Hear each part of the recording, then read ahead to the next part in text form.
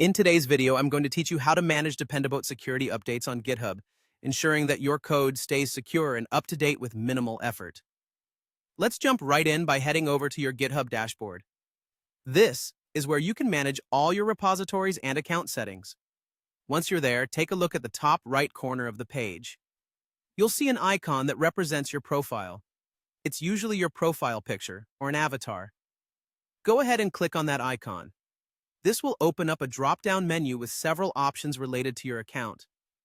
Next, make your way down the menu and select the Settings option. Clicking here will direct you to a new page featuring a variety of settings categories. From personal information to account preferences, there's quite a lot you can adjust on this page. For today, however, our focus is on enhancing the security of your code. So let's find the section related to that. Scroll through the options until you come across Code Security. It might take a moment to locate, but once you've found it, click on it. This will expand another set of options specifically designed to help you manage the security settings for your repositories.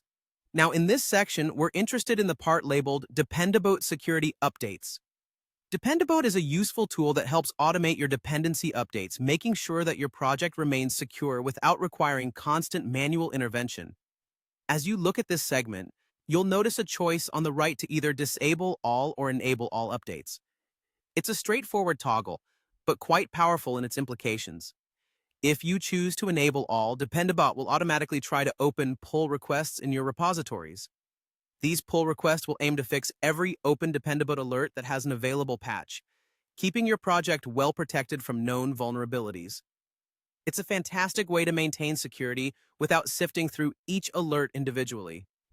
Remember, if you ever feel the need to regain some manual control, you can switch this option back to disable all at any time, which will stop these automatic updates from happening. And there you have it. By just following these simple steps, you can set up Dependabot security updates to continuously monitor and secure your projects. This not only saves you time, but also gives you peace of mind knowing that your codebase is proactively being kept secure.